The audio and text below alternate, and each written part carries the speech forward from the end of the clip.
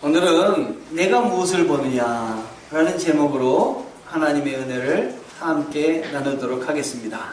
큰 은혜 되시기 바랍니다. 우리가 살다 보면은 개인이든 가족이든 공동체든 국가든 여러 가지 문제에 부딪힐 때가 반드시 있습니다. 그런데 그때 누구를 바라볼 것인가? 무엇을 바라보고 나아갈 것인가? 이것에 따라 우리가 해결점을 얻을 수 있고 또 어려움을 극복할 수도 있습니다. 바라기는 주님을 바라보시기 바랍니다. 아멘. 아멘. 오래전 이스라엘 백성들이 바벨론 포로로 잡혀갔습니다. 포로 잡혀갈 때 하나님께서 70년 있다가 너희들이 회개하면 포로에서 회복시켜 주시겠다 약속을 하셨습니다. 정말 그들은 70년간 바벨론의 포로로 잡혀가서 나라를 잃은 서름을 톡톡히 겪었습니다. 무진 고생을 했습니다. 70년이라면 얼마나 깁니까? 우리나라가 일본의 그 나라를 뺏긴 그 서름을 당할 때도 그 기간보다 더 훨씬 긴 기간이 아닙니까? 하나님께서 언제 우리를 돌아가게 하실까? 정말 그 약속이 맞는 것일까? 라고 생각했는데 하나님이 그 약속을 지키셔서 이스라엘 백성들을 돌아오게 하셨습니다. 하나님은 신실하신 하나님이십니다. 하나님은 약속하시면 거역함이 없으시는 분이십니다. 믿으셔야 됩니다. 하나님께서 페르시아 고레스 왕을 통해서 그것도 자기 나라 힘으로 해방된 것도 아니라 페르시아 왕을 통해서 왕이 이스라엘 백성들을 자기 나라로 돌아가도록 선포를 합니다. 뿐만 아니라 무너진 그 성전을 다시 세워도 좋다라고 이스라엘 백성들에게 허락을 하십니다. 정말 엄청난 허락이 아니겠습니까? 그런데 포로로 잡혀가 있는 사람들에게 무슨 돈이 있겠습니까? 허락이 떨어졌다 한들 가가지고 돈이 있어야 성전을 다시 수축을 하지요. 그런데 이때 하나님은 엄청난 일을 또 허락하시는데 왕이 이스라엘 백성들이 성전을 짓는데 부족한 것들을 다 줘라 라고 명령을 내리십니다. 얼마나 대단합니까 여러분? 그러므로 우리가 하나님의 일들을 감당하고 우리 세상의 일들을 감당할 때에 무엇을 바라봐야 될지 우리는 분명히 생각을 해야 됩니다. 오늘 말씀에서 배우시기를 바랍니다. 특별히 이 왕은 자기네 나라 국고에서 성전을 짓는 돈을 지불해라 이렇게 이야기를 합니다.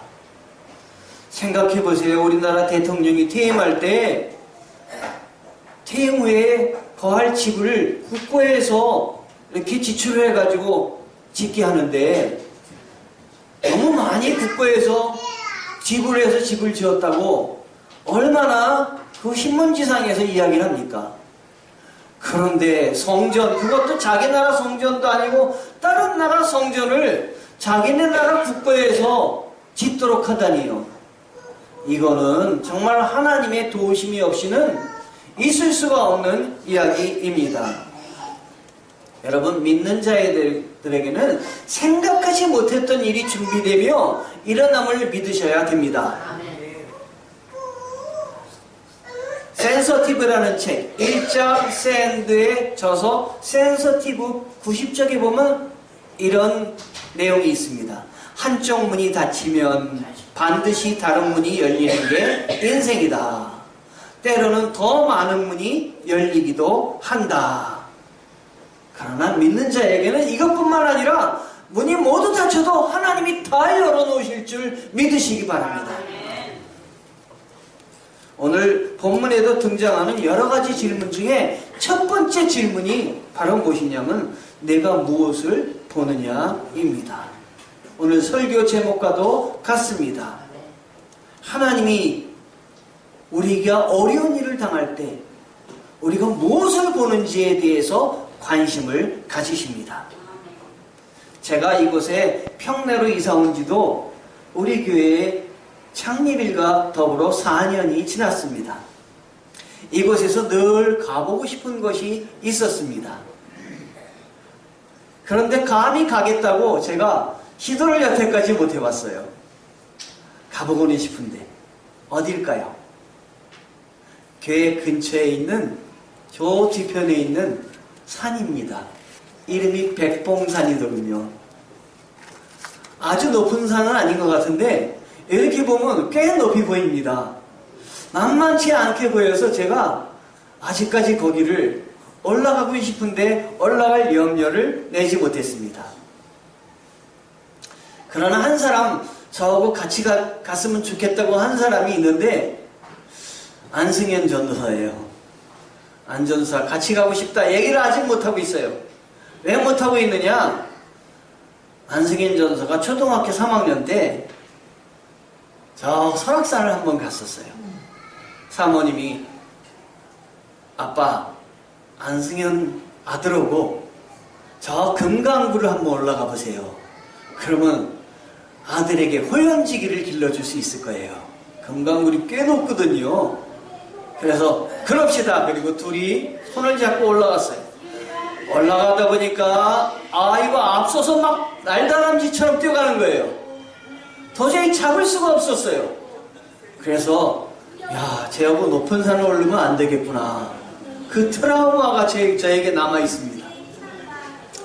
그래서 오르지 못했지만 한번 군대 가기 전에 한번 둘이서 한번 올라가 봐야 되겠다 생각을 하고 있습니다.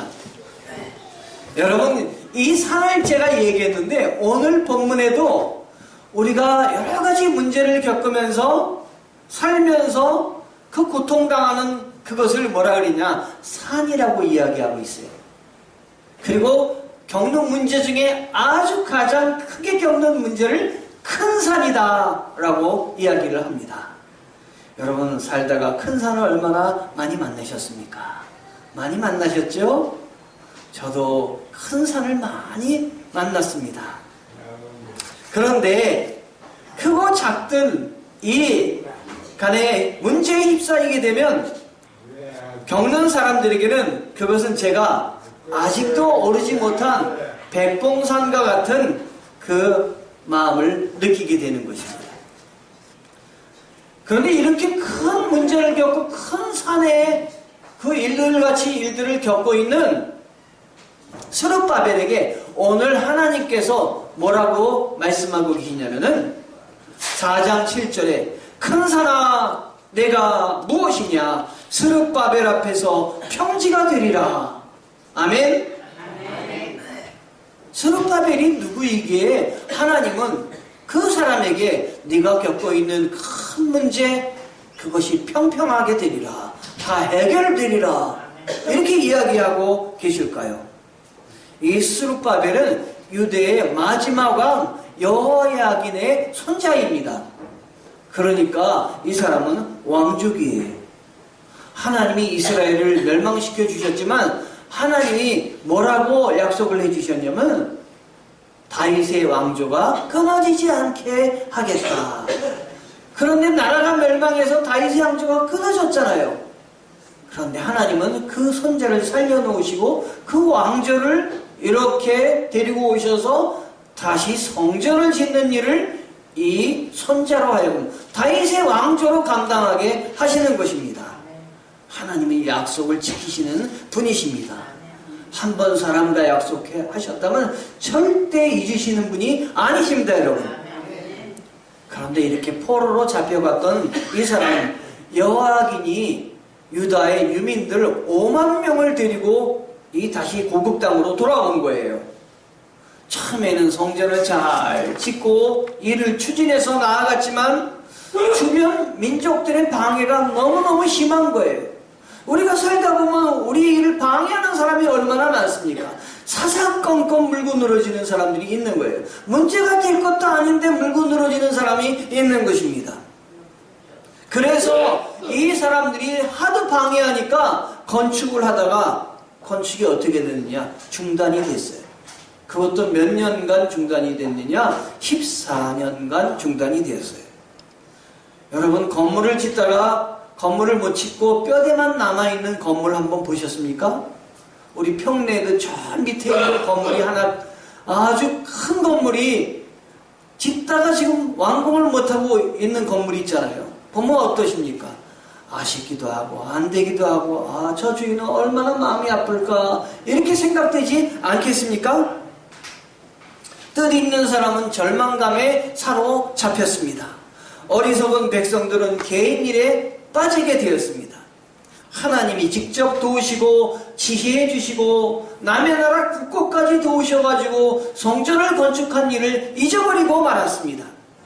이 순간 하나님의 음성이 다시 스가랴 선지자를 통해서 들려오는 것입니다. 그 내용이 바로 8가지 환상으로 나타나는 구약의 스가랴서입니다.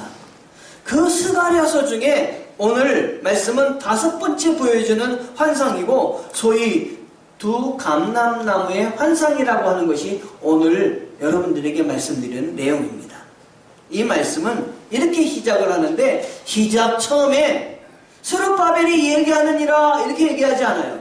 사람이 얘기하느니라 이렇게 얘기하지 않습니다. 뭐라고 얘기하냐면 여호와께서 말씀하시느니라 이렇게 이야기합니다. 하나님이 말씀하신다라는 거예요. 전능하신 하나님이 지금 내가 얘기하고 있다 얘기하시는 거예요. 뭐라고 얘기하시느냐? 4장 6절에서 7절을 보면 이는 힘으로도 되지 아니하고 능력으로도 되지 아니하고 오직 나의 영으로 되느니라. 큰 산아 내가 무엇이냐? 내가 스룹바벨 앞에서 평지가 되리라. 그가 머릿돌을 내놓을 때 무리가 외치기를 은총 은총이 그에게 있을지어다 하니라. 아멘. 하나님께서 주신 말씀의 핵심이 뭐냐면, 지금 읽은 말씀의 핵심은 스룹바벨아 성전을 다시 건축하게 되리라. 성전 건축의 주체가 내가 아니라 바로 나니라. 내가 건축하리라 라는 말씀입니다. 그러니 다시 시작하거라, 용기를 내라 하는 일입니다. 여러분, 성경에 보면 아브라함이 갈대아 우르를 이렇게 탈출할 때도, 떠날 때도, 여호수아가 요단강을 건널 때에도, 그리고 기드온의 300용사가 미디안의 12만 5천 명의 군대와 마주쳐서 싸울 때에도 도저히 이거는 할 수가 없는 일이었어요. 사람은 할 수가 없었지만 하나님이 하셨던 것입니다. 주체가 누구셨느냐? 하나님이셨어요. 여러분의 삶의 주체가 하나님이신 줄을 믿으시기 바랍니다.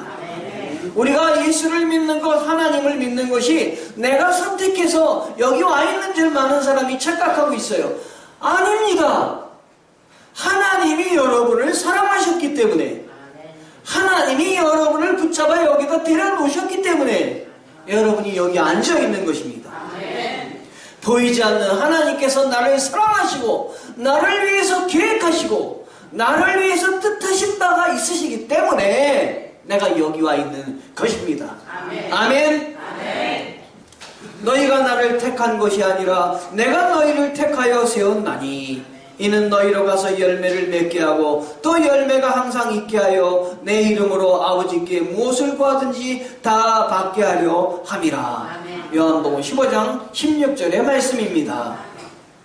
하나님의 뜻하신 바를 깨닫는 것이 믿는 자들의 자세예요. 깨달으셔야 돼요. 하나님이 나를 택하셨구나, 나를 부르셨구나, 나를 먼저 사랑하셨구나. 얼마나 이 말씀을 들으면 감격이 됩니까, 여러분? 그러니까 스룹바벨에게 지금은 이제는 땅을 바라보지 말고 하늘을 바라보라는 것입니다, 여러분. 현실을 바라보지 말고 하나님을 바라보라 라고 하는 것입니다. 내가 누구를 바라보고 있느냐? 라고 말씀하시는 것입니다. 오직 나의 영으로 되느니라. 인간의 무능한 것을 바라볼 것이 아니라 하나님의 능력을 바라보고 말씀을 바라보고 살아야 된다 말씀하고 계시는 것입니다. 왜 봉사가 중단되었습니까? 두 가지 장애물 때문입니다. 하나는 외부의 방해입니다. 또 하나는 내부의 불신앙 때문입니다.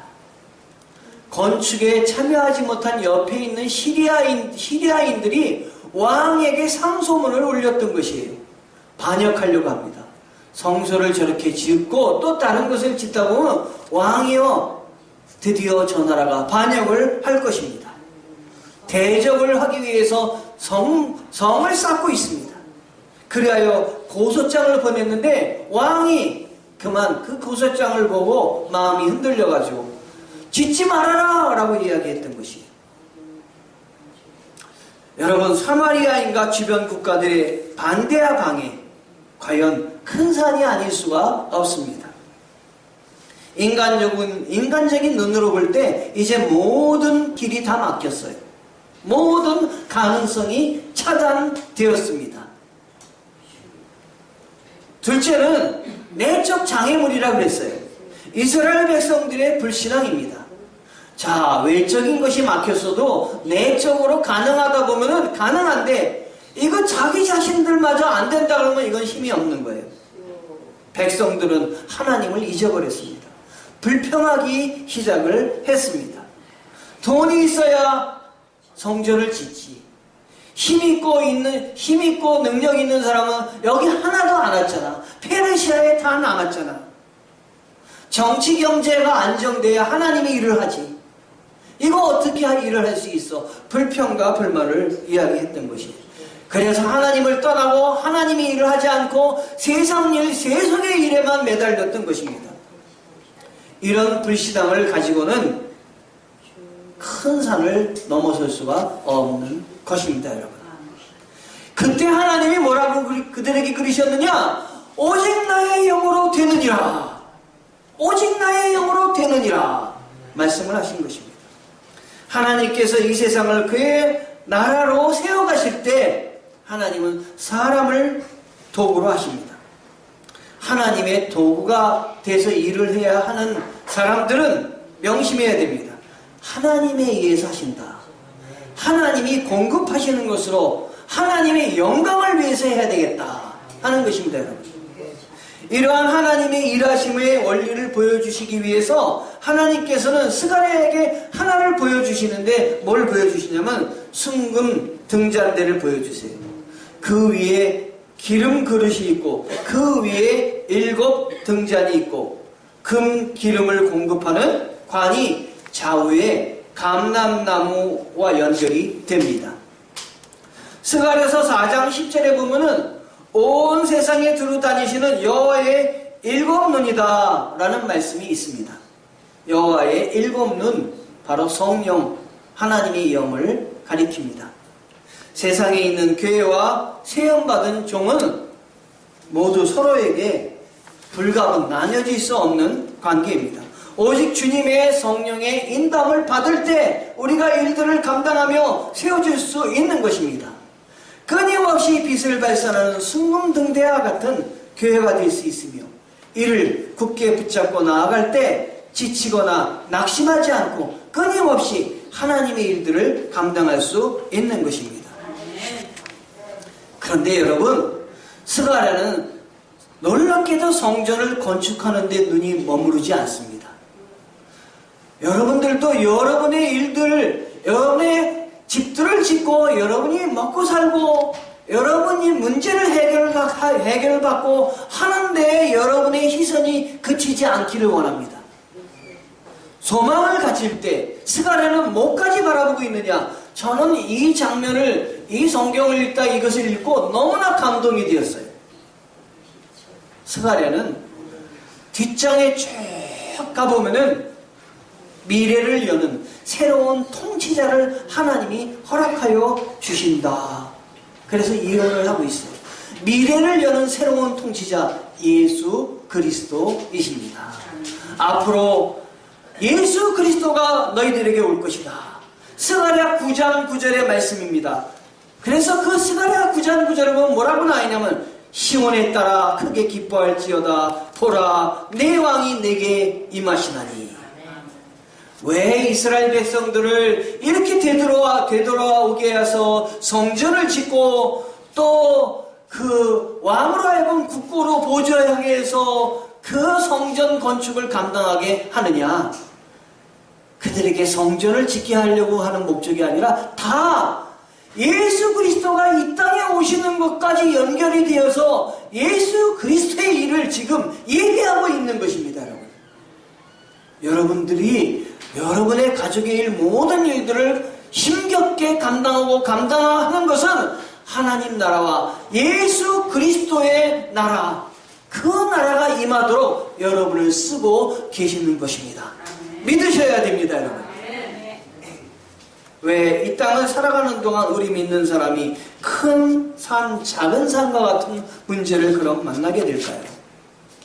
제가 그래서 하나님께 이 말씀을 보면서 이렇게 질문을 드렸어요. 하나님, 큰 산에 우리가 도착하기 전에, 큰 문제를 만나기 전에 산을 좀 미리 깎아주시면 안 될까요? 문제가 도착하기 전에 하나님이 문제를 해결해 주시면 안 될까요? 이런 질문을 드렸어요. 그때 하나님이 제 마음속에 즉각 응답을 주셨어요. 안 된다.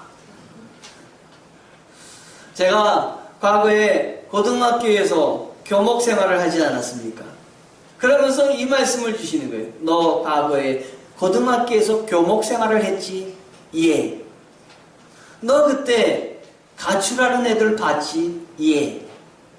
가출하는 애들 다시 데려다가 앉혀놓으면 애들이 고맙다고 문제가 다 해결됐다고 있디? 아니요. 또 나가요. 그거 봐라. 문제가 내가 다 깎아놓으면 내가 했다고 하지 않아. 나 여호와가 했다고 하지 않고 운이 좋아서 했다고, 운이 좋아서 해결됐다고 그런다. 밀어줘서 잘되게 하면 내 힘으로 잘됐다고 이야기할 것이다. 내 힘으로 도저히 안 될 때, 내 힘으로 희망이 없을 때 나에게 부르짖어 내가 응답할 때 오직 나의 영으로 되었다. 내 입에서 고백이 나오게 하기 위함이다.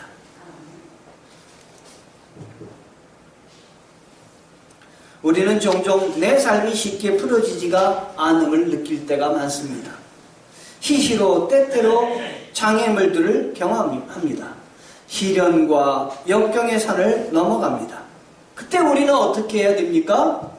절망해야 됩니까? 하나님은 우리에게 무릎을 꿇어라 이야기하는 것이에요.